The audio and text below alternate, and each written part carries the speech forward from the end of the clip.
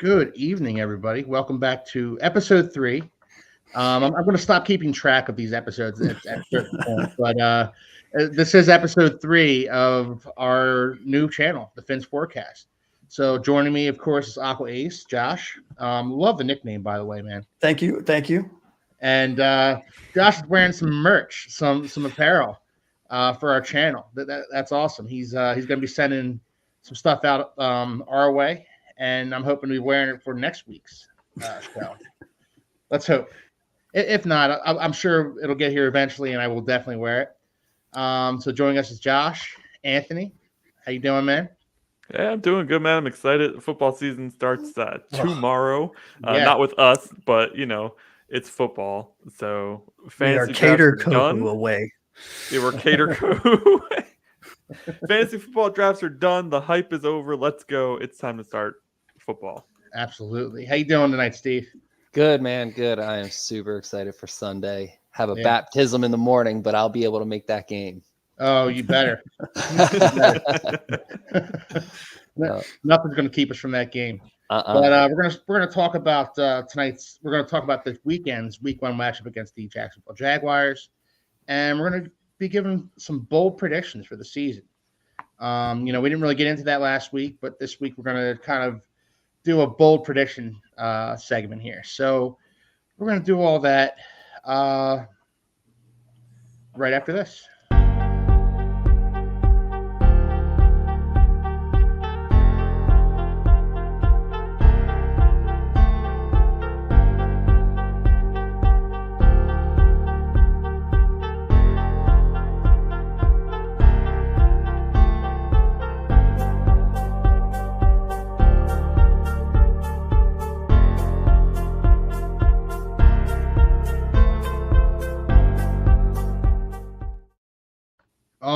All right. Good evening, everybody.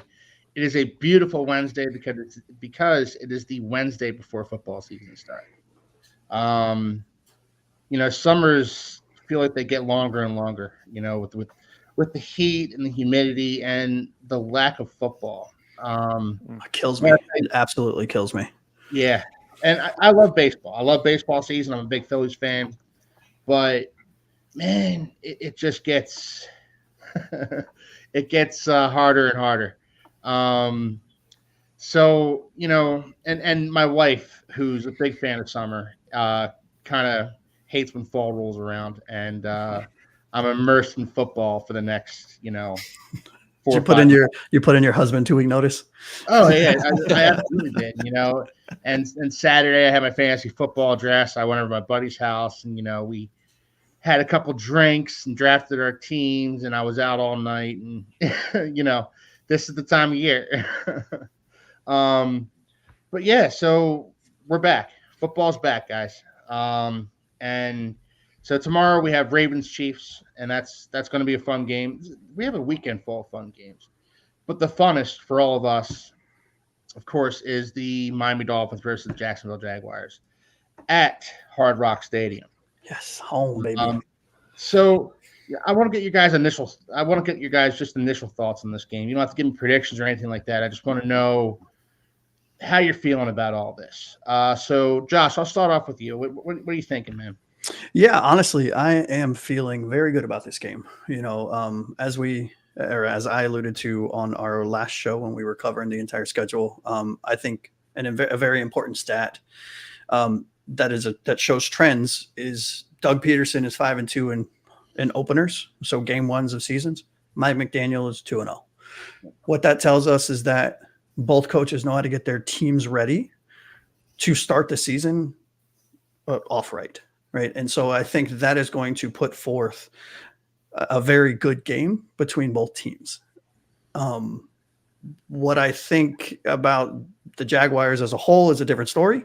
I don't think they have enough on defense to keep up with us. I think, our offensive star power is very well documented. I think it is well documented for a very good reason. I think year 3 in a system, teams always take a step up, which I think we're going to do both, on the offensive side of the ball. And I'm just really excited to finally see the aqua and orange, man. I really am. Oh, you and me both, brother. You and me both. We have somebody joining us in the chat, Anthony. The Virgilist. Okay, Virgilist. Okay. The Virgilist. Okay. Dude, it's great. Thank you for joining in. Thank you for joining the show. We really appreciate it. How do you feel about their defense for week 1 for the season? I'm going to throw this one to the other Anthony on the show. What do you think about that, Anthony? Yeah, I think we're going to get into defense a lot. I have a feeling this episode is going to be defensive focused because that's the question mark with our team. The offense is not a question mark, especially if the preseason tells you anything. When our starters were out there, they looked like they were in midseason form. So I have no concerns about, Tua, Tyreek, Jalen, anybody on the offense, really. It's the defense we have question marks. We have a brand new system that we haven't really seen before because Anthony Weaver, I think it's his first time defensive coordinator. I know he wasn't the coordinator in Baltimore.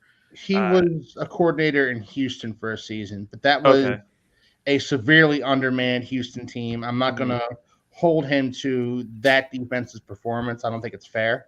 Sure. And I mentioned this before, and I think it's worth saying again, is that, Harbaugh did not want to lose Anthony Weaver. I mean, they fought to keep him, and that tells me that this guy knows what he's talking about. So I'm excited for it.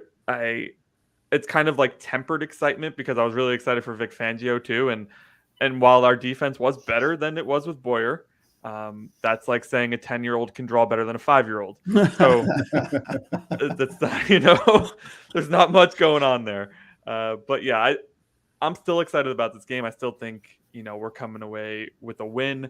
I do have some concerns, though, as I've got to think about it, as I've dove into it a little deeper from last week's episode, and I can't wait to get into that. All right. Yeah, we're definitely going to get into all that.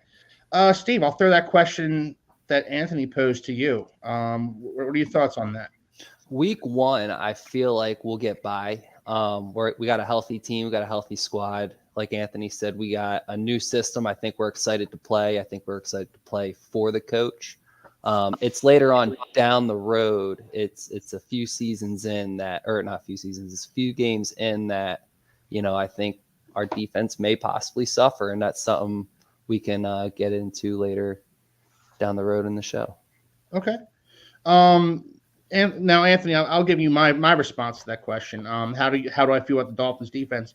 I am apprehensive to start the season, but I think that what I like about Anthony Weaver's system is that he's going to play to his players' strengths, whereas Vic Fangio wasn't necessarily that kind of coach. He kind of, he had a bunch of square pegs and round holes, and he was just jamming square pegs into round holes the entire season.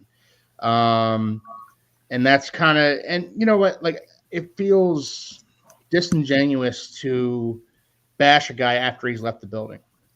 So it's not me trying to bash Vic Fangio after he's gone and, good riddance. And I didn't like you anyway. It's nothing like that. It's more so I liked Vic Fangio, and I thought the Dolphins defense got better under Vic Fangio as the season went on. But I also think that there is more potential in some of these players than what Vic Fangio got out of them. And I think moving forward, I think Anthony Weaver might be the right guy for this job. There's a double-edged sword here, though. Anthony Weaver, young upstart coach. If the Dolphins defense succeeds this year, if the Dolphins defense maybe turns into a top 10 unit by the end of the season, guess who's going to be on the short list for a lot of head coaches? Oh. It's inevitable. It's a double-edged sword. But you know what? We'll cross that bridge when we get to it. Doom Gloom. Thank you for tuning in. I had me laughing. This is awesome. It was good. I mean, our injury report is always forever long. It's like a CVS receipt, dude. You could write a novel on it. I mean, every single week. He's not doing anything wrong. Hey, this guy don't feel good. He's out. It's true, though, Doom Gloom. Like, McDaniel just tosses anybody and everybody. You stub your toe getting out of bed in the morning. Oh, you're on the injury report. You're questionable for this week's game. I mean, look, it's a good tactic, though, in all seriousness, right? Is. Because offensive or defense or opposing defenses really genuinely don't know at this point. Yeah, exactly. They don't know who to prep for. I think it's a good mental game. Sadly, most of them were just listed as veteran rest, so I don't think there's any question marks here really for this game. Yeah, I mean, Jalen Ramsey, had a hamstring. I don't see a scenario where he doesn't play on Sunday. No, he came out and said at a presser that before he was traded to the Rams, he had a back injury with the Jaguars and was, listed, didn't play for 3 games and stuff, and then he got traded and played the next day. He's like, I'm ready to go. Yeah, yeah. Mad Chatter, thanks for joining us, man. Mad Chatter joins us in the Nickel City Mafia shows. What do you got to say to us, Mad Chatter? You got one thing to say to us? Lay it on us, man. Better be fins up. Or else get out of here. knowing Mad Chatter, it's not going to be fins up. No. If it's anything Bills, I'm saying Josh Allen turnover stats. There we go. All right, so we're going to dive into this matchup this week against the Jacksonville Jaguars. We're going to really do a deep dive into it. The first matchup that I've been looking at, and I want you guys to comment on it, is the Jacksonville Jaguars. Okay, it's almost Saturday. Yes, it's almost Saturday. Almost Sunday. Yeah, I don't understand. Now the first matchup that I really want to dive into here is the Jacksonville Jaguars have a pair of edge rushers that are pretty damn good. So we have Trayvon Walker and we have Joshua Hines Allen, the artist formerly known as Josh Allen, the other Josh Allen. Good on him. The better Josh Allen. Yeah. So how do you guys see those two guys matching up against Dolphins tackles in Austin Jackson and Teron Armstead? This is now Teron Armstead. Obviously, he's elite when he's out there. Hopefully, he plays the entire game. Hopefully, he plays the entire season. That seems to be asking a little bit too much from Teron Armstead at this point. But hopefully, he'll stay healthy for this game at the very least. How do you guys see this matchup going with the two elite edge rushers against our one elite tackle? And I would call Austin Jackson pretty darn solid, especially after the performance the last couple seasons. Very solid. So what do you guys think? I'll start with you, Anthony. What are your thoughts on that? Yeah, I think, I was just about to say Austin Jackson really kind of came into his own after like a disastrous start to his career. Yeah. He's been a rock over on the right side, and Teron Armstead, this is the healthiest we'll have him all season, right? So that's a good thing. But you're not kidding. 27.5 sacks last year for these two combined. That's a lot of sacks. So I actually had this on my list too, but I didn't have offensive line versus them. I had Tua versus them because I think that's where we can take an advantage. They've talked all offseason about how they're not worried about the offensive line. Tua has come out and said, no, I get rid of the ball faster than anybody. I don't, offensive line doesn't scare me. So, well, prove it, right? Continue to prove it, because if he can't get rid of that ball quickly, he's not going to have more than 3-4 seconds in that pocket before these two and Eric Armstead in the middle. Let's not forget about that addition. Yeah. And Devon Hamilton, man, he is a solid nose tackle. He is. Yeah. So their front four, I don't know about their linebackers. I don't know their linebackers that well, but their front four at the very least are very scary. And I truly think that this comes down to Tua versus them. He needs to get rid of that ball because I don't have that much faith in the offensive line that they can hold up. And truthfully, I don't think the coaches, GM and Tua do either. But, what are they going to say? Like, I always laugh at those interviews. Game, right, Anthony? What's that? They have to talk a big game. They have to say that they're not worried about it. But, what are they going to say if a reporter's like, well, are you scared of the offensive line? They're going to say, yes, our guys stink. Like, right? Like, what are they? Especially Chris Greer. He's not going to be like, yeah, this guys that I personally picked out are garbage. Like, he's not going to say that. Yeah.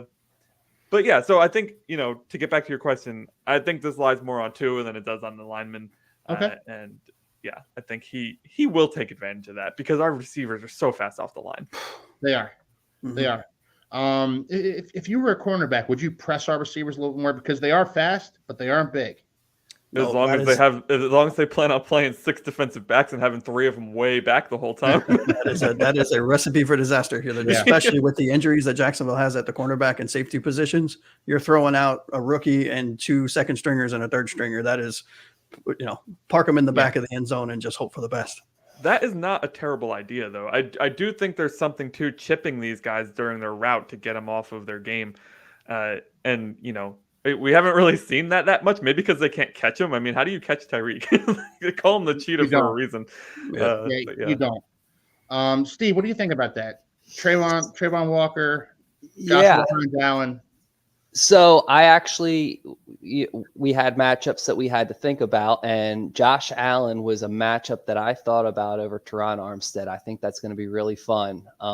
He's Teron's our captain. Hopefully he's still a captain shaped player and not just that player in the locker room that everybody likes. Hopefully he, I imagine he's probably lost a little bit of a step, but hopefully it's nothing too significant. I mean, he's hardly played for us. But when he is on the field, he's a difference maker. I mean, he'll move a house for you. He's a diesel truck if I've ever seen one. But Josh Allen is a monster, man. He had 17 sacks last year. That's just called production. It's on every single team he creates it. So it's kind of hard to imagine that Teron Armstead's going to be 100% against Josh Allen. Josh Allen's going to make his plays. It's inevitable. It's going to happen. And then Trayvon Walker, he's one of them Georgia boys, man. They just produce. Yeah. You're coming from Georgia. You're starting at Georgia. I know you're good. You're good. The NFL knows you're good. The crazy thing about those Georgia defensive players is they have so many of them. Solid. And they just rotate these guys in and out. And I mean, he's showed incredible improvement too. He got double-digit sacks last year. Mm-hmm. So Austin Jackson's got his hands full, man. I see. If we have scorecards and this was a boxing match, I think it would be 2 rounds to 1 round, and I think Jacksonville might have the edge on their pass rushers over. I think Tua getting rid of the ball though. So here's a cool stat that I just learned. In fact, I want to get my phone out for this. Sorry, but Tua has a record-breaking stat that is not been told. He has the fastest release of all time measured at 0.33 seconds, whereas Dan Marino was tied for second from NFL footage is how they got the timing for that with Aaron Rodgers at 0.35. So Tua's release can definitely negate the pass rush of the 2 defensive ends. But I think if it's any more than 2-3 seconds, Tua's going to have his feet moving. He's not going to be able to just stand in the pocket. Well, you guys are all around the same age as me. I'm 37 years old. So I remember Marino, and I remember that quick release. And I remember, when I was 7 years old, my dad told me, you could probably beat Dan Marino in a foot race. But, he was not a mobile quarterback at all. But what saved him from a lot of sacks was that quick release, Steve. Yeah. I think that's what's going to play the bigger role here over the line play. I think, Jacksonville might have the slight edge, but Tua gives the win to our offensive line with the quick release. Just somebody touch them, right? You can't let them through. It can't be a turnstile. Yeah. But yeah. Josh, what are your thoughts on this matchup? Because this is going to be huge. Yeah, no, I think this is the matchup. This is what, in my opinion, decides who wins and loses this game, right? And I think you look at Josh Allen, 17.5 sacks last year. You look at Trayvon Walker, first round pick, I think first overall, second overall, something like that. They are studs, right? But we finally unwrapped all of the bubble wrap around Teron Armstead. To Anthony's point, he's as healthy as he's going to be. Austin Jackson is, as good as we have at right tackle. I am a little more sold on him than most Dolphins fans that I know. I think he came into his own. He blossomed late, if you will. But he has blossomed nonetheless. I think he's, a top 7, top 10 right tackle in this league. But I think Doom Gloom in one of his or her comments said it best. I think this comes down to our guard positions. I am a huge Aaron Burr fan specifically for this offense. But looking at our 2 guards versus Devon Hamilton and Eric Armstead, I think Eric Armstead is I don't want to say a shell of his former self, but he's not the player he was at the height in San Francisco and so on and so forth. But, he is still he's a huge guy. I mean, a massive human being. And Devon Hamilton is no slouch. And I think, with Aaron Brewer's speed and agility and his punch, I think it'll help him out, but we're going to have to double team one of them. And then you have to factor in Tua's quick release, to Steve's point. That is what is going to save this offensive line. And that is one of the reasons why I genuinely believe this front office, I know they have to say it, but I actually genuinely believe they think that they're fine at offensive line because of Tua's quick release. I think if we had somebody back there with, even a top 15 release window as opposed to the number one fastest release, I think we'd be in a world of problems. I think one of the things that Tua and the Dolphins probably focused on for Tua to improve upon this offseason was his movement within the pocket. Mm-hmm. I think that was something that was lacking for him last year. So I think that could buy him a little more time as well. Mm-hmm. The movement within the pocket, that doesn't do you a lot of good if your center's being pushed back into your lap every snap. Right. But, if you can kind of maneuver yourself around the pocket, and I know this is like a crude example, but like Tom Brady. Tom Brady was the master of this. Peyton Manning was the master of this. Maneuver yourself within the pocket, reset your feet, get the ball out. I think that's something that Tua probably improved upon this offseason because every offseason he's had something he needed to improve upon. Mm-hmm. And he's always come back a better quarterback for improving upon that area of weakness for him. I saw something from the McDaniel era from the Brian Flores era to the Mike McDaniel era, and it's his eyes. With the Mike McDaniel era, his eyes they are right over top of that line the whole time. When he was in that Flores area, all he was doing was looking at his line and just moving and getting sacked, getting hit. He had no time, and I don't know if it had anything to do with the play style. Obviously it did, but you could just tell he wasn't comfortable with this. His eyes are just back at the safeties, looking at the corner, seeing what the linebackers are doing. He's there. He's a true. I mean, look, the one thing we know about Tua, he can analyze a defense. He's one of the better ones in the league at doing that. Yeah. His problem was his mobility, right? Yeah. Because he had put on weight so that he could sustain the hits, sustain the rigor of a 17-game season plus playoffs, which we've made 2 years in a row. I don't know about you guys. I don't want a mobile quarterback, but no, I don't either. I would rather him be mobile in a sense to Keith's point, in the pocket. I don't need you rolling out and running 80 yards down the field. You're not Lamar Jackson. No, I don't I want a functionally mobile quarterback, a la Aaron Rodgers. Yeah, a guy who can escape the pocket, maybe scramble for a first down every now and then. Mm-hmm. Yep. Anthony, you had a point you wanted to make. Gosh, so many things now. It's just things that you guys have such good points. But I did want to say one thing. Like Tua's ability to hyper focus on like one thing he needs to fix in the offseason and do it is so impressive. I wish I had that ability. But that wasn't why I chimed in on the chat there. I wanted to ask you guys your thoughts on when I was doing research for this show. I saw they have a new defensive coordinator as well, Ryan Nielsen. Yeah. And when he described his philosophy, he described it as nothing cheap, nothing deep. Yeah. What do we think about that? What does that mean? How do we think we can take advantage of that? Yeah, I think that means he plays shell probably a lot. So a lot of nickel, a lot of deep safety help, or rolling to the strong side of the formation. What I think is where one of the weak points is with a formation like that, or a philosophy like that, is the way Mike McDaniel schemes up his offenses. You're getting Cheetah, for example, or Waddle, or let's just go with Cheetah, on the line of scrimmage on the offset, running at full speed into his route against a cornerback that is standing still and backpedaling.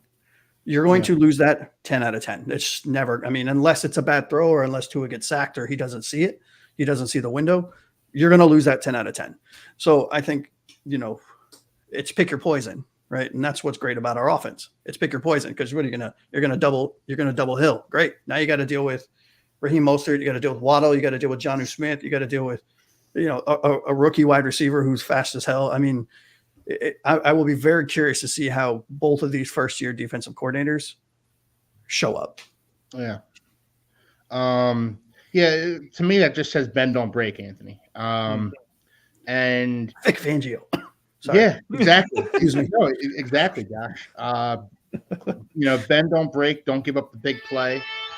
And sorry about that.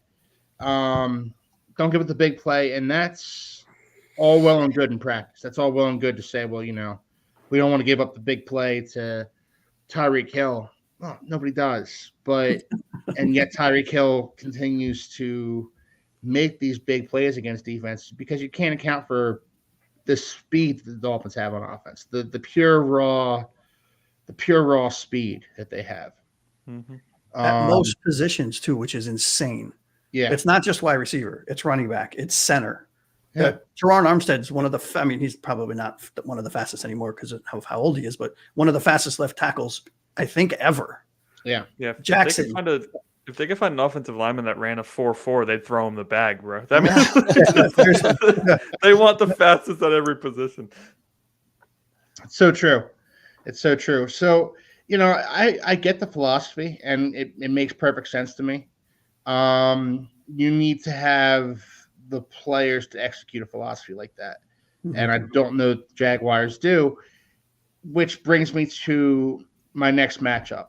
The Jacksonville Jaguars secondary versus the Miami Dolphins speed all over the field. They're just zooming around. How do you see the second? And I know, it's easy to say not good because the Jacksonville Jaguars secondary isn't as good as the thought. But let's dive a little bit deeper into this. Steve, what do you think about this? Well, for starters, Ronald Darby is in fact still on a football team, and he's going to be the one we're going to be seeing. So, to your point, it's kind of hard not to say good because I feel like I feel like Tua could throw for 400 yards this game if he really wanted to. Now, Mike McDaniel's going to use the run game to his advantage, and we got fresh legs, and I think he's going to spread the ball out and just see what some of these players are ready to do this season. But I really think Tua he could ball out against Jacksonville's secondary if I'm not being, honest with myself. But, I don't really see too much of an issue. Okay. Josh, what are your thoughts on this one? Yeah, I mean, look, Tashawn Gibson suspended until week 7 for, I think, PEDs in the offseason, if I'm not mistaken. Yep. Daniel Thomas, Andrew Wingard, also out with injury. I mean, they're playing. They might as well go sign the bag boy at the local Stop and Shop. I mean, that's how. I think Eli Apple Publix for a job. Yeah, perfect. Start him against Tyreek Hill. That would be great. No, but seriously, it's not. At least from my perspective, saying that this is an easy win for our skill positions versus their secondary and their defense is not a slight on Jacksonville. I think Jacksonville's a very good team through and through when healthy. And I think that is very important when healthy. And frankly, honestly, their defense is outside of their defensive line, their secondary, both at the safety positions and the nickel and their starting cornerbacks, they're just genuinely not healthy. And I don't know how a fully healthy Jaguars defense goes against our skill positions, let alone second, third strings and a rookie. I just don't see it. They will make plays. They always do. I mean, the Jacksonville defense is a no-name type defense where they just somehow end up figuring it out towards the end of the season. I just don't see it this early, especially in year one of a system that seemingly, and I'm not a Jacksonville fan, so Jacksonville fans out there listening, please don't crucify me on this, but it's a bend, don't break defense. And it just seems like they're going to give too much cushion to the fastest team in the NFL. And it's a recipe for disaster. Matriculate the ball down the field. That's what the Dolphins have to do. Mm-hmm. As Hank Strand would say. Anthony, what are your thoughts on this matchup here? Truthfully, I thought Ronald Darby wasn't very good until I started diving more into his stats. I still don't think he's like an elite player, but he's better than I thought he was. Yeah. He hasn't had an interception in 4 years, which is a mind-blowing stat when you look at just the numbers. But he did hold Tyreek in check last year. It was week 17. Tyreek wasn't fully healthy, all that stuff that we want to give caveats to. But at the At the end of the day, Tyreek had 8 targets. He only caught 4 for 23, and that was against Ronald Darby. He caught 4 of 8 for 23 yards. So that's a pretty good day for him. Yeah. So I I think he'll be able to do that again with a fully healthy Tyreek? Probably not. And then on the other side, you got Tyson Campbell, who's had a bit of a rough go of it so far in his career. That's putting it mildly. Yeah, looking at him, anybody like semi-good that he faced last year, it wasn't pretty. So it's just him against Waddle or him against Hill, whoever the heck he lines up against. There's always room for improvement for young guys year after year. I hate to just look at backward stats and be like, well, he's going to do the same exact thing the next year, because that's stupid. We can't say that Tyreek or like our guys are going to get better and their guys aren't, right? That doesn't make any sense. But I do think that, like, on paper, we have a significant advantage, even if you're just looking at the top 2 versus the top 2. And then once you start narrowing it down a little bit deeper, I'm sure Jonnu has an advantage there, just because the whole F position, because they don't know what that is, right? So that's a Mike McDaniel special right there. Right. It's literally the new Wildcat. Right. It's meant to confuse the defense. Like it's like the Wildcat. A good one, Steve. So, I had this one down on my list too there, Keith. Like, this is where the offense shines right here. We've had games where we rely on the running backs. I think it'd be very easy just to rely on Tyreek and Waddle in this one. Yeah, and I also think it's important to realize we have year 3 of an offensive system, and I don't mean to keep harping on year 1 of a D, but there are statistical things to back this up. You have year 3 of an offensive system where historically it is like down on paper. You can see a noticeable market difference in the team from year 2 to year 3 in the same system. And you have a year 1 defensive coordinator who I'm sure is very talented. I don't know much about, the coach. I'm drawing a blank on his name. What's his name? Whatever. I just had it. It doesn't matter. Ryan Nielsen. Yes, thank you. But it is in fact still year 1, and then you factor year 1 versus year 3 in with all of the injuries. It's not going to be pretty. Steve, you had a point you wanted to make. Yeah. So along with why I think our receivers are going to do very well against the secondary and the percentage is a little skewed because I believe they use special teams during this number, since that's still offense. But the Dolphins pre-snap motion on offense is 80.3%, which is obviously the highest in the NFL. But on more than 60% of those motion plays, which would be almost 100% of your wide receiver route motions, the ball's hiked while they're running. So it kind of brings you back to those arena football days when the guys stood back 15 yards and took a dead sprint to that's essentially what they're doing, but down the sideline, not down the field. Yeah, or down the yard line, not down the field. So essentially, that's what's making our receiver core one of the most explosive in the league. And I don't think Jacksonville is going to be able to do anything about the speed along with the head start they get on their pre-motion. I'll say this, Steve, and this is something that Tyreek, Jalen Waddle, the entire wide receiving core has to watch out for, because the NFL is going to be watching out for it. Do not lean forward. Before that ball is snapped. Because this was a rule. It felt like it was targeting the Dolphins. They said it. Didn't they say that was the caveat on what kicked off the discussions? Yeah. I'm pretty sure. Yeah. So, I agree with you. Like, the motion's great, and, keeping the defense off balance and 8%, that's all great. But I really hope that the Dolphins wide receivers at large just learned, run parallel to the line of scrimmage. Do not lean forward. Do not run forward. Not until that ball is snapped. I believe Mike McDaniel probably has them guys drilling that. Yeah, I'm sure. But I'm putting the over-under on the amount of times to get called for that at like 4 this year. It's happening. This year. Right. Yeah. Probably this year. Maybe not this game. No, not this game. But this year, it's happening. They're going to get called for it, and they're going to get, it's going to be a big play. It's going to be called back, and we're going to be ripping our hair out. ripping our hair out. Yeah. Good luck, Keith, if you find it, bro. We had a few illegal motion penalties last year. I feel like we kind of kept getting them consecutive games in a row for a little while. Right, I think the number was 5. I looked it up, but I think it was 5. Yeah, I know we were getting hit with that, and I think that's how they were trying to slow us down with the receiver, just like you said. So they hit us 5 times last year. I'm going to take your over. I think they maybe hit us 6 or 7 times. Yeah, and it's going to be super frustrating. So, all right, before I know you guys had matchups you guys wanted to get into. Before we do that, let's go to the chat real quick and just see what everybody's saying. Where do you think the Dolphins improved? The only downside I see of the guards. Personally, where I think the Dolphins improved is depth. I think they just got more depth on this team. They're better prepared for when the injury bug hits. I don't think they're prepared for an injury bug the likes of what we saw last season. That was brutal. Yeah, it was. But, something a little more moderate. I think the Dolphins can weather that a little bit better than they would have last season. Mm-hmm. And downside I see the guards. Yeah, I think the guards are a downside, but I also throw in a caveat with that. I actually like Robert Jones. I like Robert Jones more than most. I think Robert Jones is an improving player. Is he Robert Hunt? No.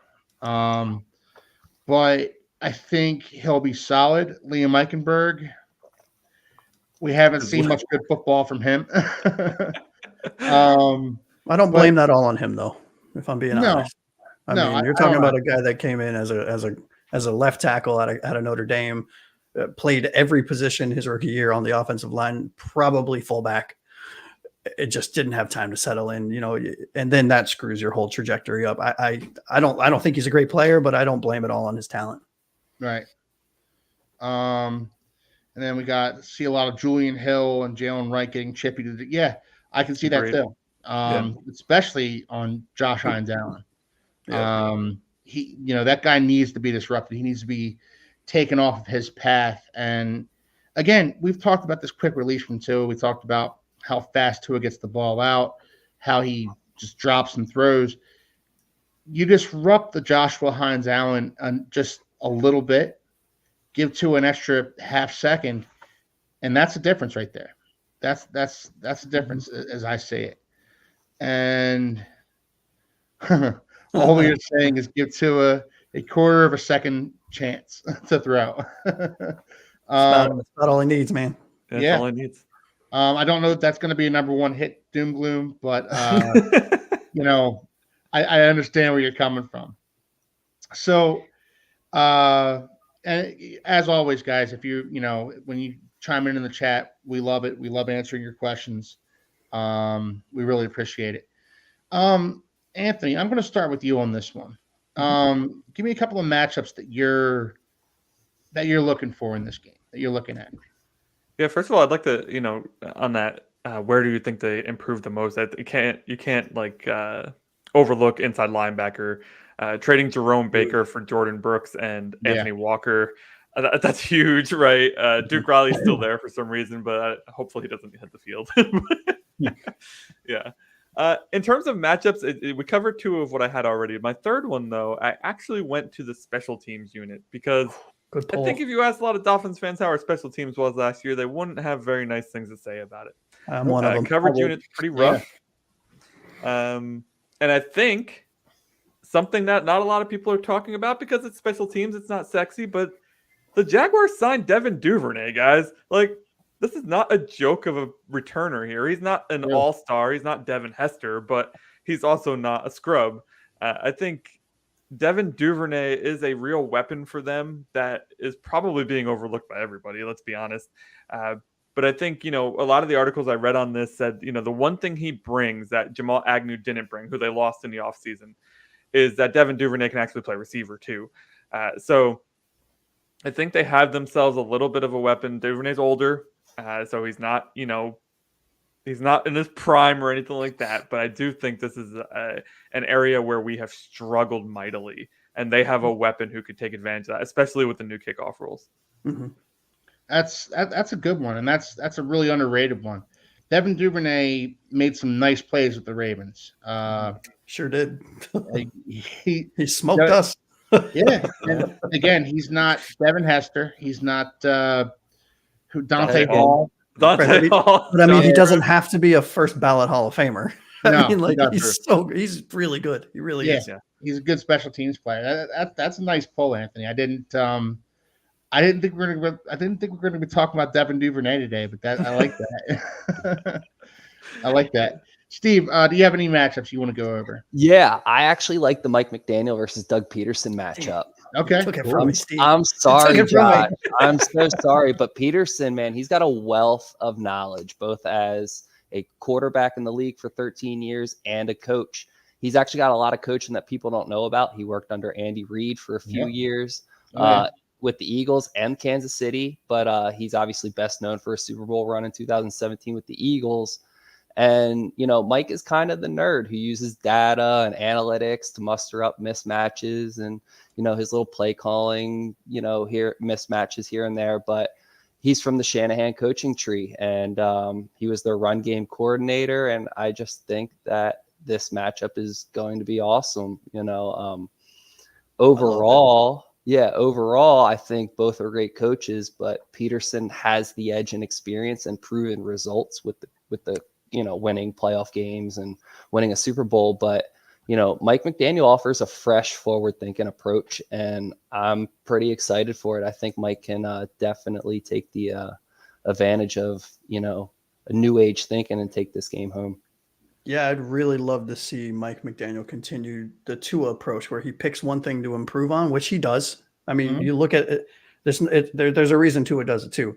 The one thing I hope Mike McDaniel, and the reason I'm talking about this, Steve, is because that was my choice too. This coach versus coach is his better decision making on fourth down, specifically in the red zone. No more fades to Tyreek Hill, please. For the love of God, it doesn't work. But dude, he does it. No, it does. How many times has it worked versus how many times have we turned the ball over instead on the 2-yard line? He just did it with River Craigcraft. Oh, he's getting better at him. Oh, I love him though. When it happens and it just falls there, it's beautiful. But when you have our running back, it's the stable of running backs that we have, and we're on the 2-yard line, and it's fourth down to win a game. Don't fade it to the smallest person on the smallest wide receiver on our team. We do need a big receiver. That's my biggest crutch about that's this where offense. that's where Johnny Smith comes in, Steve. Yeah, I'm hoping that's where the fades come, but we're notoriously unusable with our tight ends. I mean, unless we're going to use them as a fullback, we might start, but we don't use our tight ends. We haven't for a long time. Yeah, but I have a theory on that, and it's a pretty well documented theory. But the fact of the matter is, the Dolphins have needed. All right, you look at Mike McDaniel and the offense that he ran in San Francisco. His tight end was George Kittle. George Kittle does everything that you could ask your tight end to do. He's a great receiver. He's a very good blocker. He's a guy that you just want on the field for all 3-4 downs if necessary. Mike he's McDaniel durable. hasn't necessarily had and Mike McDaniel hasn't necessarily had that until this season with Jonnu Smith. Durham Smythe, good blocker, lacking as a receiver. Yeah. Julian Hill, good blocker, lacking as a receiver. With Jonnu Smith, you kind of get a guy who, not the best blocker, but he can certainly hold his own as a blocker. But he's a damn good receiver. So I think you're going to see a little bit more from the tight end position than you have in the past because you have a more complete player out there as your tight end. It kills me that he didn't utilize Gesicki. And Gesicki's another one. He couldn't block. He couldn't catch either. He couldn't run routes. He couldn't catch. Gesicki's He another could one. barely dance. I mean, it was horrible. He couldn't block. And that was the MO on Gesicki coming out of college, is that he was not a blocker. No. Like he makes Zach Ertz look like Anthony Munoz, it's ridiculous. So he just couldn't, and that goes into my theory about this complete tight end thing. Yeah. Where Gesicki just wasn't a complete player. Decent receiver, decent route runner, mismatch in the slot, but ultimately, if Gesicki's on the field, you're pretty much broadcasting to the defense that you're about to throw the ball. Yeah. Whereas Julian Hill's on the field, you're pretty much broadcasting to the defense that you're about to run the ball. I disagree with you. I think Julian Hill he's the Swiss Army knife right now. I think Yeah. he's a blocker, he's a receiver, he's tall, he's fast. He's not great or even some would argue good at all of it yet. But Yeah. I think what this offseason has shown me about Julian Hill, if he continues to improve the way he's improved from last year to this year, he has every reason to be a starter eventually. Well, I'd love to see it happen. You know, I like his potential. I like his athleticism. I think the tight end position is a big mystery. I mean, we have the potential there, like you're saying with Jonnu Smith, but I think it's a mystery on how we're really going to use them. I mean, we have so many other guys that we have to get the ball to as well. I don't think that tight end spot's really going to blow up and be a favorable position that we're going to be talking about later on down the season. I think it's going to end up being one of the same type of song and dances, maybe 300-400 yards, a couple touchdowns. I don't think anything significant is going to come out of that position when you have 2 running backs you're going to feed, 2 to maybe 3 if Odell comes back and does anything productive. He's a name that that's going to buy jerseys. You know, that's a financial decision and having him in the field. But if that's the case, you're going to want to get him the ball too. You know, he could easily be one of the higher grossing players for fan likability, jerseys, merchandise for that Dolphins team. I mean, he's got one of the biggest fan bases out there. But yeah, he does. I don't see that tight end spot really taking a huge step forward. Well, I got a hot take about the tight end position at some point in the show. We're going to get to that. I know you do, Josh. As far as Odell Beckham's concerned, he may have a burgeoning fan base out there. You might have a lot of fans out there. I'm not one currently. Dolphins signed him, and he just didn't practice all preseason. Yeah, I would be happy without him. I'd be happy. Really know? No, exactly. So how can we be mad about it or happy about it? We just don't know what he has. They signed him knowing he was injured. They knew he was going to miss most of the preseason. That is documented. That's what's a mystery to me. Yeah, nobody's isn't it? Or I don't know. Nobody knows. But they knew he was injured when they signed him. They knew, I mean, again, in Mike McDaniel fashion, they were going to bubble wrap him anyway, so he probably wouldn't have played a lot, even if he was healthy. So, I think what he offers is attention away from Waddle and Hill. For sure. Because of his name recognition, to your point. In his last healthy year in Baltimore, he had a decent season. I mean, nothing to write home about, but, I mean, it's not the Odell Beckham from New York where he's catching one hands behind his, doing backflips in flip-flops. But I mean, he's still a receiver. He still has talent. He's a third option for a reason, Yeah. And that's what I'm saying. Like between the 2 options of running back, we really have 3 running backs essentially, but you can't play all 3. So I'm splitting it up between 2 of them, 50-50 backs. And then you got your 2 star-studded receivers that you just paid. Like you gotta give them the ball. There's a lot of ball to go around and only so many plays called during a game. All right, so Josh, we're gonna get back to the matchups. Yes. Were there any matchups that haven't been mentioned that you want to talk about today? I mean, look, this is on the fly, so I didn't look it up. I don't have a lot of statistics, but I think in the same realm as Anthony touched on special teams, I think only because I am very down on this position, I think it's the weakest position on our team. Punter versus punter. I know that's very silly to talk about, right? But field position is key in a lot of games. And I think I'm a better, as a former soccer player, I think I'm a better punter than Jake Bailey is. When you have a punter that kicked it, that full kick I forgot what game it was, but it went 25 yards. Sit down. Just, you know what? Let's just go for it on 4th down and call it a day. And I think if this game, and I'm not saying it does, if this game turns into, for whatever reason, a defensive struggle, right?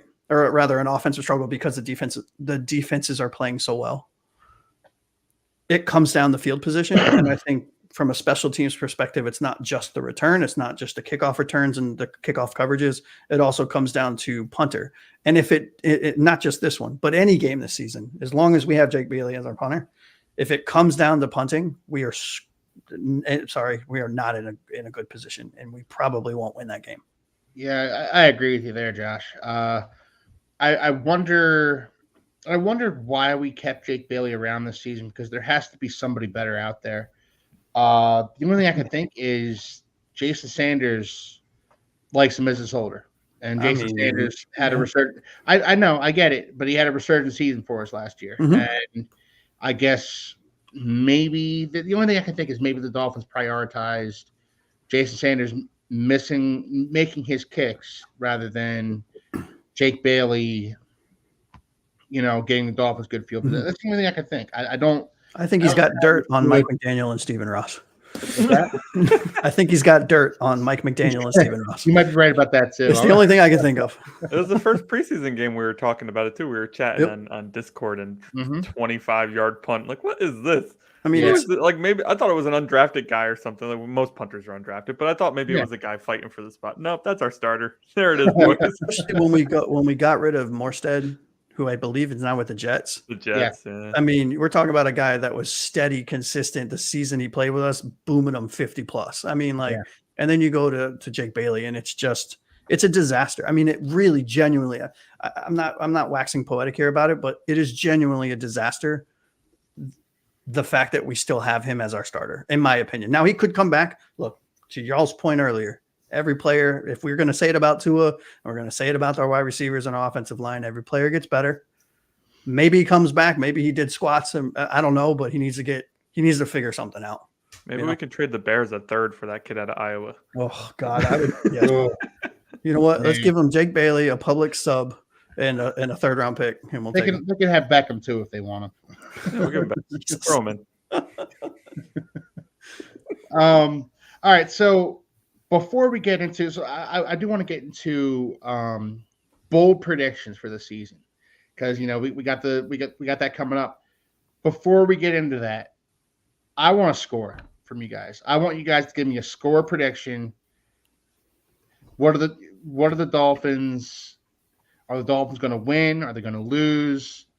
What's the score to this game going to be? Steve. 17-28. Win or lose? Win. We get the win. Yeah. Okay. Sorry, I thought that was known. My bad.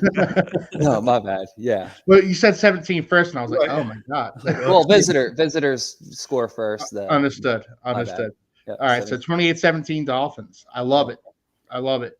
Anthony.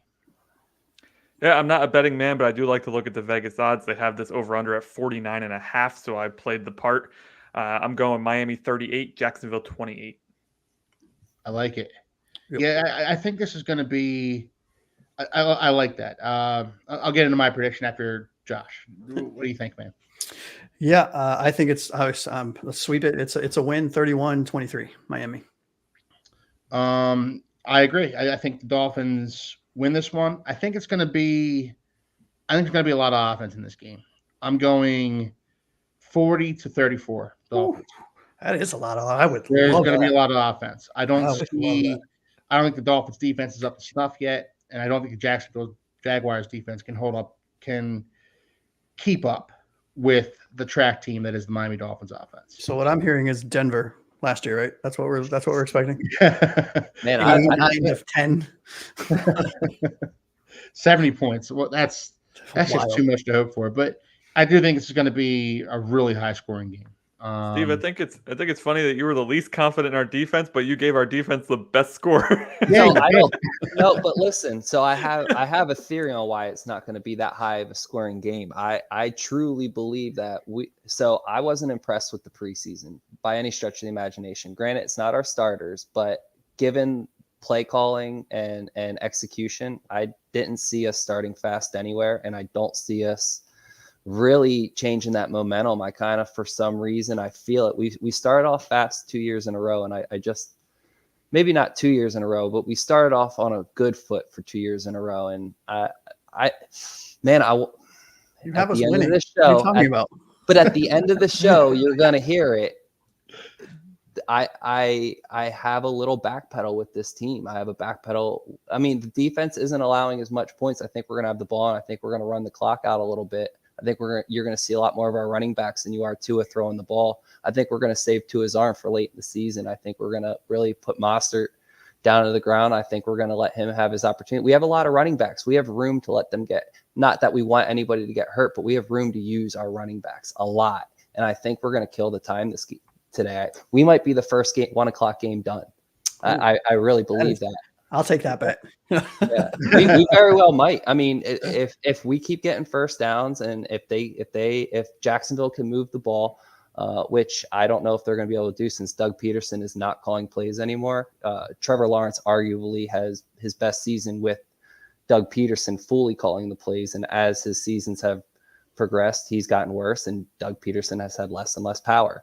I don't see Jacksonville's offense really producing anything that's going to make our defense be on our toes too hard, but I also don't see our offense making those big throws because we're going to be in the lead most of the game. I see us just running this game out, letting our running backs have it and see what our offensive line's going to do. We got new toys up there. Why don't we? I got a question for you guys. And Steve, it's based on what you just said. All right. So I'll start with you, Steve.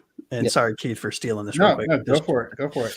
Steve, so over under plays over 20 yards.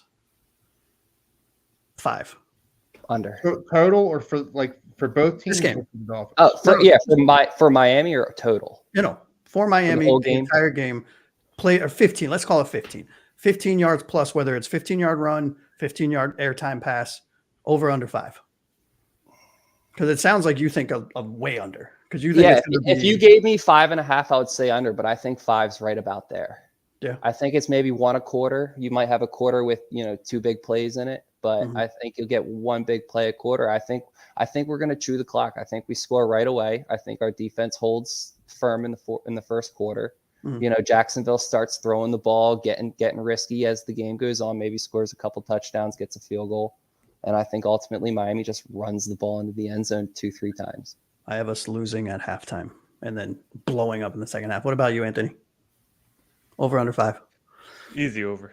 Yeah, 36-34 against the Chargers last year. Let's go. We're doing it again. I love it. Keith, over under. Anthony, Josh, I have the Dolphins winning 40-34. You know what? All right. Next question. I think next Sunday is going to be interesting. I think this is going to be an explosive game. We saw the Dolphins play the Chargers last year, and we all had Ajita going into that game. We were all apprehensive about going in. And that was a real back and forth, offensive slugfest. I was out of breath when that game was over.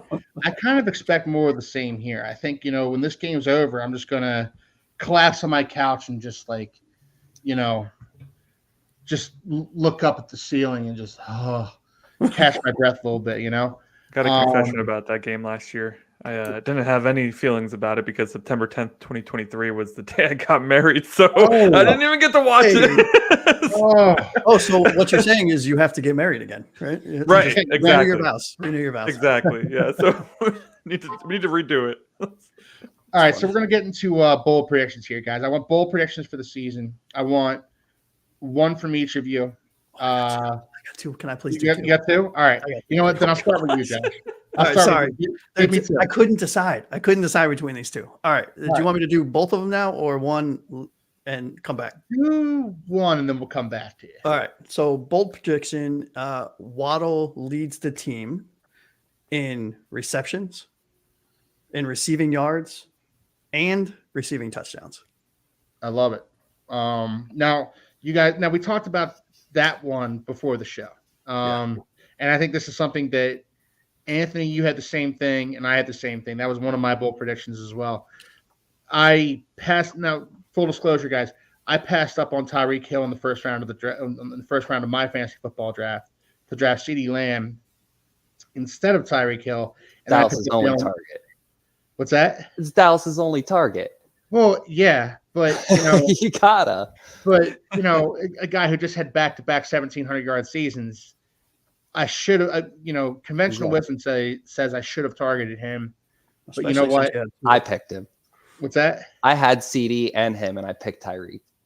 So, I get it. And you know what? I don't think you're wrong. I don't think I don't think any of us are wrong. It's a fantastic wrong pick decision. either way. No, Yeah. it's picking a Lamborghini or a Ferrari. You just grab the keys and go.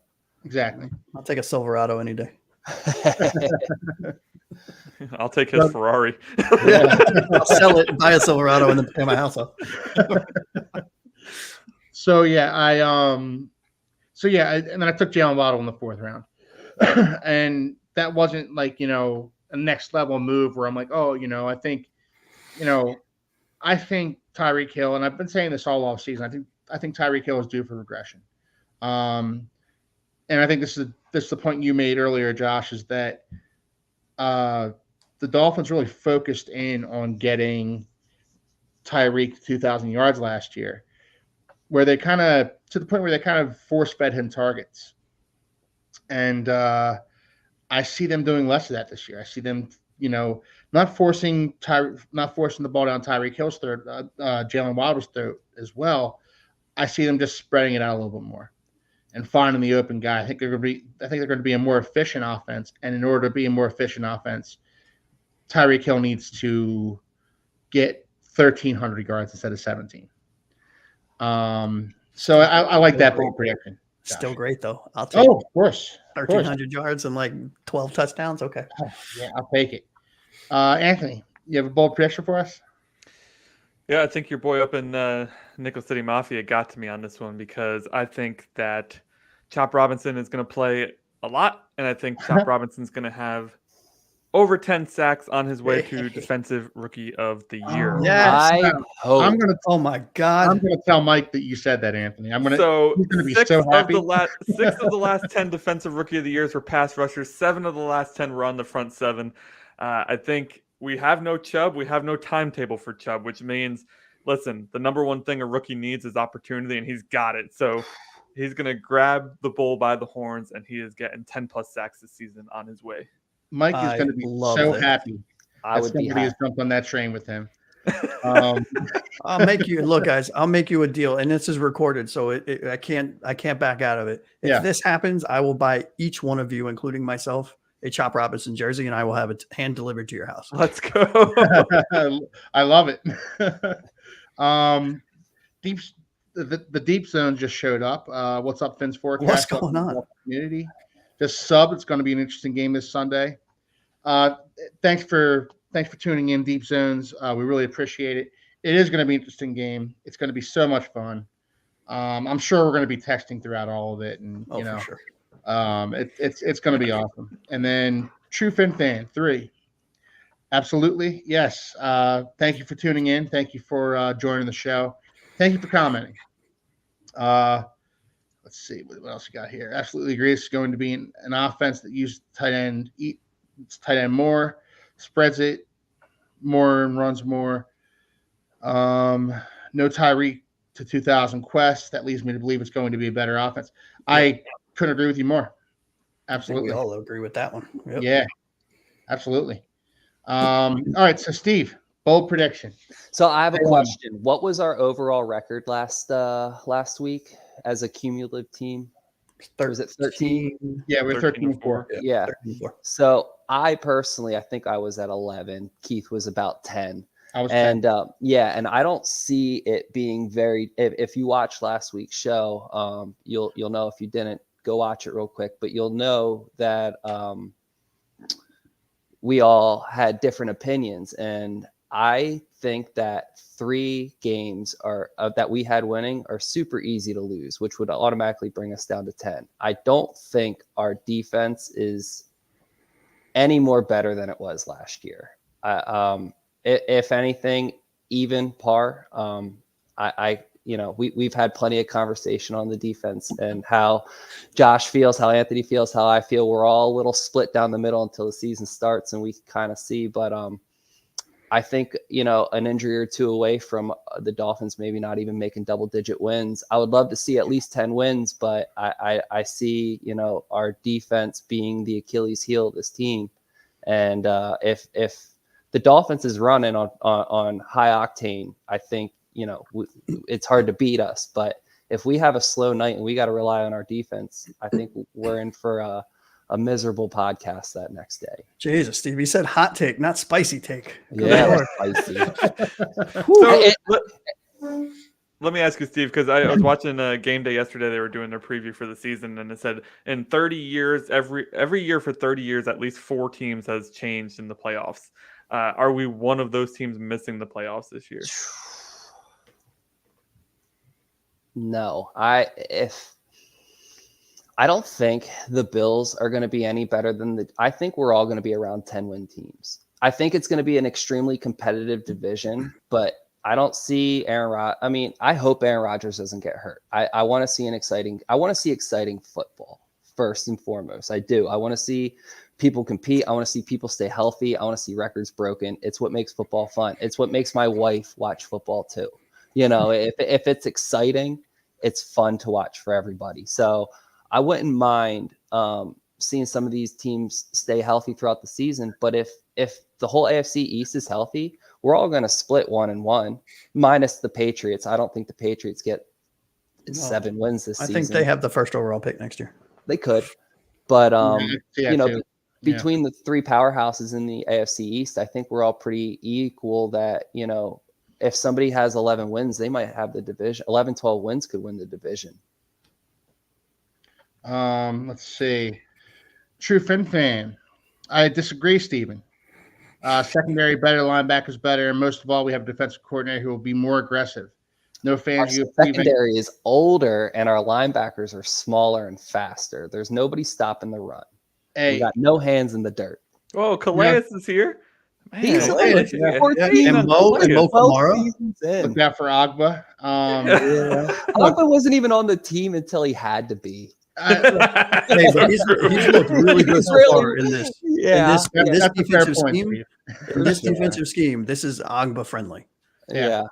I want a good defense. I'm sorry to cut you off, Keith. I want a good defense. Trust me. I want 12 wins. I want 13 wins. I want playoff wins. I want a Super Bowl. It's just I need to see the defense play before I can give you a little bit more optimism. But right now, I feel like I'm being a little bit more realistic than I am optimistic. No, I love it. Look, at the end of the day, all BS aside, I mean, we don't know what's going to happen. Yeah. You know what I mean, and we could be 14 and whatever, or we could be 9 and so, you know what I mean? Like, we genuinely don't know. I mean, I can go outside and BS with any Keith and say, hey man, I truly think we're going to go 14-0. And I do think that in my heart, but for publicity and staying true to the NFL, I don't see us staying completely healthy, even up to a bye week. I don't see us stay. And that's what takes a good team. Like the teams that make it the farthest through the playoffs usually are the healthiest 9 out of 10 times. I mean, you do have them teams that just get hot because it's in the atmosphere, but to have that team is a lucky draw of straws to get. Nobody knows exactly how our locker room is. All the players are going to say it's good because that's what they want you to say. But until we get some wins, if we lose 2 of the first 4 games, do you think our locker room's happy?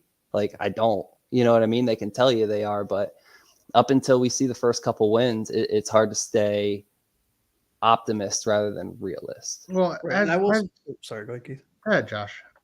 Steve, I think you did hit the nail on the head. And I don't have the stats in front of me, but I was curious about this because I heard it on another media outlet.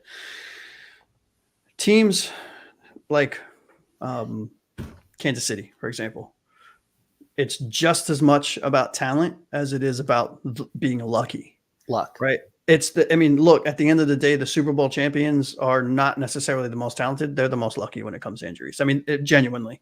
And, I think the last couple of years, the injury, bug has not been too kind to us. We've been one of the most injured teams, I think, over the last 2 or 3 seasons in the NFL. And that luck has to change if we are going to make a deep postseason run. I mean, that is just the fact. We can be as talented. I mean, we could have every single stud star Pro Bowler on our team. If they're all injured, what the hell does it matter? You know what I mean? We're trotting out Justin Houston and Melvin Ingram's corpses in the playoff game in San Francisco. It's still that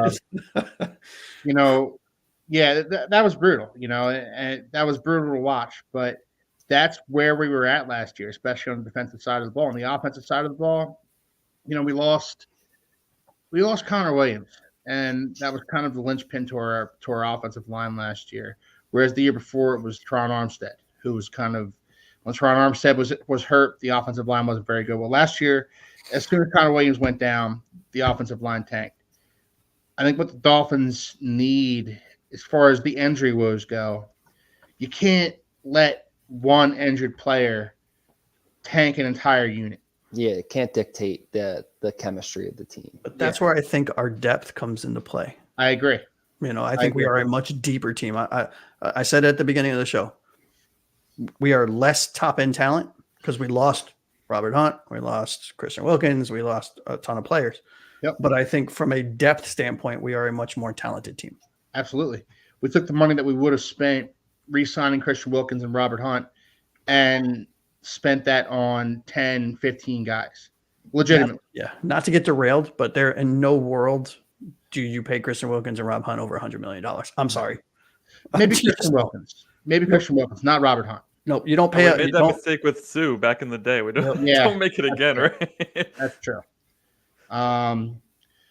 True Fins fan. So true. We generally don't know. I think Miami will be 11-6 again. I like it. Bills lost players. Jets got better. Patriots, in my opinion, are a little bit better. Patriots to me are a team that can sneak up on teams, but they're going to struggle to score points all season long. I think you're going to see Milton ball out for them at some point this year. It's just what I want, but I do think we're going to see that. I'd love to see Milton ball out for them because then we have ourselves a good old-fashioned quarterback controversy in New England. And it's we're going to start Milton or me. And also, selfishly, I have him in my dynasty league, so I need him to. Fair enough. He's fun though. He's a fun guy to watch. I don't know about grown men, but that's the honest grown men.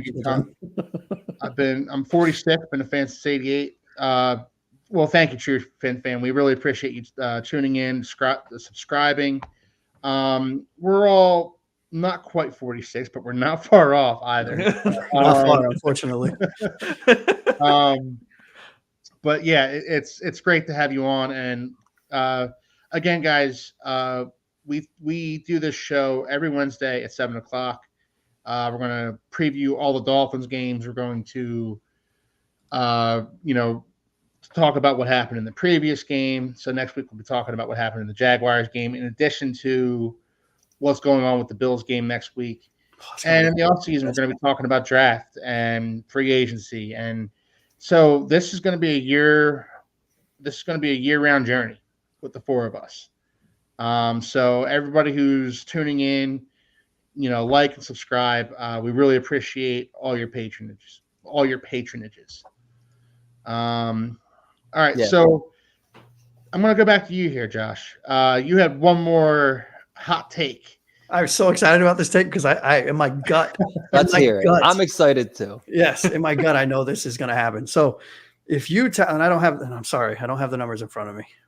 But if you tally up all of the receptions, receiving yards, and touchdowns from our entire tight end room last season, I think Jonnu Smith surpasses them all by himself. I love it. I would love that too. You don't have that number there, Josh? You don't have that No, number? I think roughly it was like, I think it was 51 receptions total. It was 420 something total yards, and I think it was like 3 or 4 touchdowns. It was something like that. I think 41.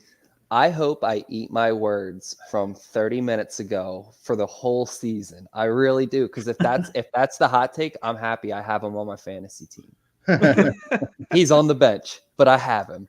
That's where he belongs until he can, until anything starts until happening. proven. I have hope, but realistically, I see the ball going elsewhere. But I freaking hope so. I love that take. It would be amazing to get our tight end moving. Oh, I'm dying on this mountain. Dude, I swear. Great tight ends make it far, and I mean, if you count all the Super Bowl winners with great tight ends, it's almost every year there's one. If it's not, Kittle don't have one, but Gronk has them. Who is? Yeah, Kelsey. I was about to say who won it last year. Of course, the Chiefs. I can't stand. That's why I forgot because I hate them. They only need to score one touchdown to outdo the guys last year. So I mean, yeah. But in all honesty, I can totally see where Josh is coming from on that one because I don't think we've had, and this is something that we alluded to earlier in the show. I don't think we've had such a complete tight end in the building since McMichael, I think. Right? I was going to say Randy McMichael too, and that's absolutely insane to say and think about. It's a long time ago. It was a long time ago. I was still in middle school when Randy McMichael was the Dolphins quarterback. Tight end. I hope he wasn't playing. Tight end. Yeah. Sorry. Am I mistaken? And I know he didn't work out if we did get him, but for some reason I have a vivid memory of us getting Jimmy Graham for a season. Was that did we get him or was that a pat? No, we talked to him. Okay, that's what it was. We had him in the building. Yeah. All right. So I he's another one. He's a Mike Gesicki. He doesn't block. He just receives. Yeah, and that's what I was gonna say. Like he's easy to. He had one good season with the Saints, and he had a bunch of good seasons with the Saints.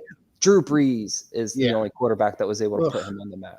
Well, yeah. Man, he could have been us. Could have been ours, man. I don't want to get into that. Let's not delve into that. Let's go. Let's not do it to ourselves. Yeah, and we can wax nostalgic on that all the time, as much as we want. But we had 2 shots at Drew Brees and missed out on both of them. You know what, though? I was thinking about this after the show. Maybe Drew Brees wouldn't have worked out for us so great because we would have never had Sean Payton at the time. Yeah. I think Sean Payton molded Drew Brees. I think Nick Saban wanted Drew Brees. Nick Saban wanted Drew Brees. He didn't want Dante Culpepper. Why are we doing this? We're not. We're talking week one of this season. You're right. Week one of this season. Speaking of week one, something that I totally forgot to mention, which I think our listeners and the hosts on this show will appreciate. Dolphins ranked first in the NFL in yards per game at 401.3 last season. Yep. The Dolphins ranked first in the NFL in passing yards per game at 265.5 last season. The Jaguars ranked second in the NFL in kickoff yards returned per game at 40.5 last season. Some stats to back up some of the things we were saying at the beginning of this show. Yes. I have all those too. That's awesome. Yep. So the Devin Duvernay point that Anthony made earlier comes back into full focus. By the way, he's only 26. I swear that guy's been around forever. He has. Yeah. I feel like he's like been in the league for 15 years. 30. 26. All right. Well, look, we're getting up to an hour and a half here. We're going to call it right here. We've all given our predictions. We've all given our bold takes for the season.